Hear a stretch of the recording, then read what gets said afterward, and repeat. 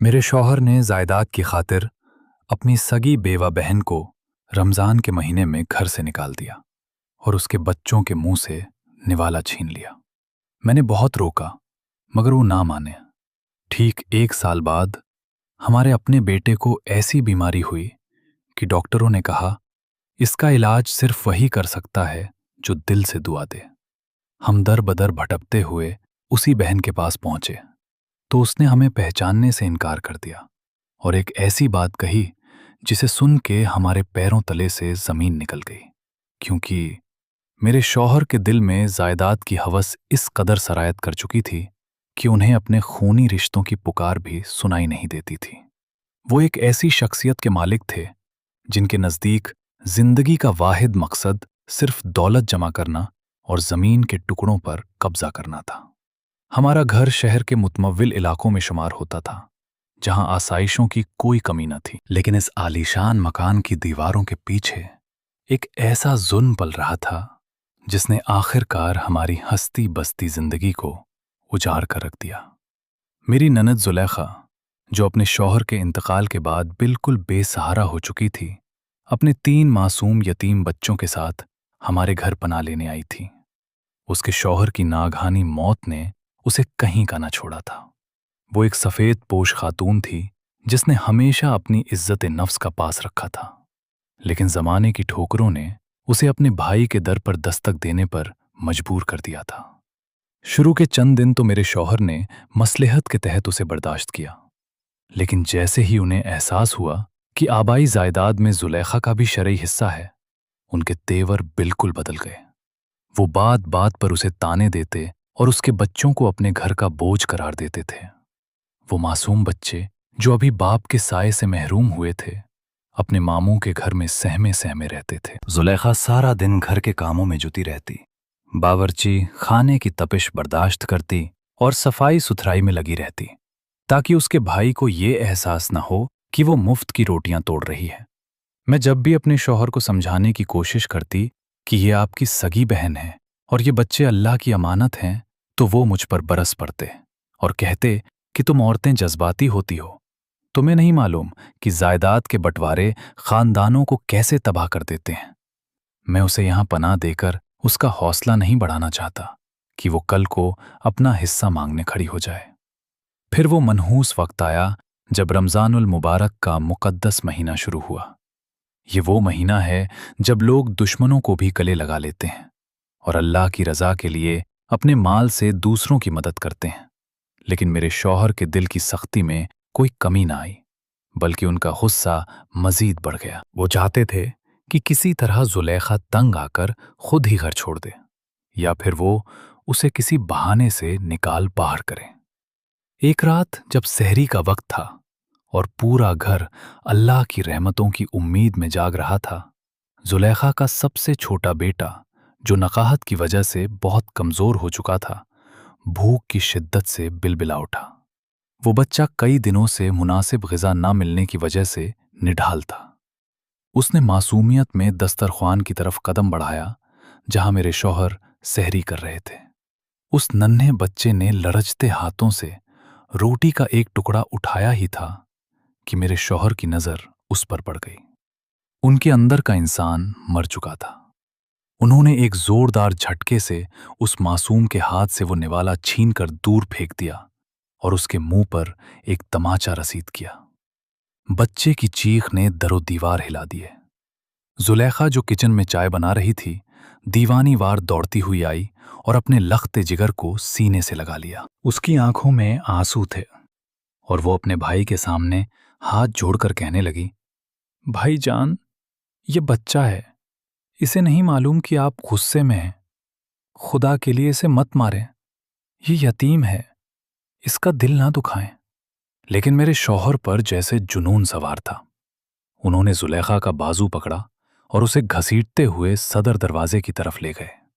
میں ان کے پیچھے بھاگی، ان کے پاؤں پکڑے، ان کی منتیں کیں کہ خدارا اس مبارک مہینے میں ایک بیوہ کو گھر سے نہ نکالے۔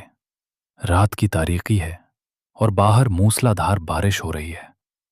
یہ چھوٹے بچے اس طوفان کو کیسے جھیلیں گے؟ لیکن وہ پتھر دل انسان نہ مانا۔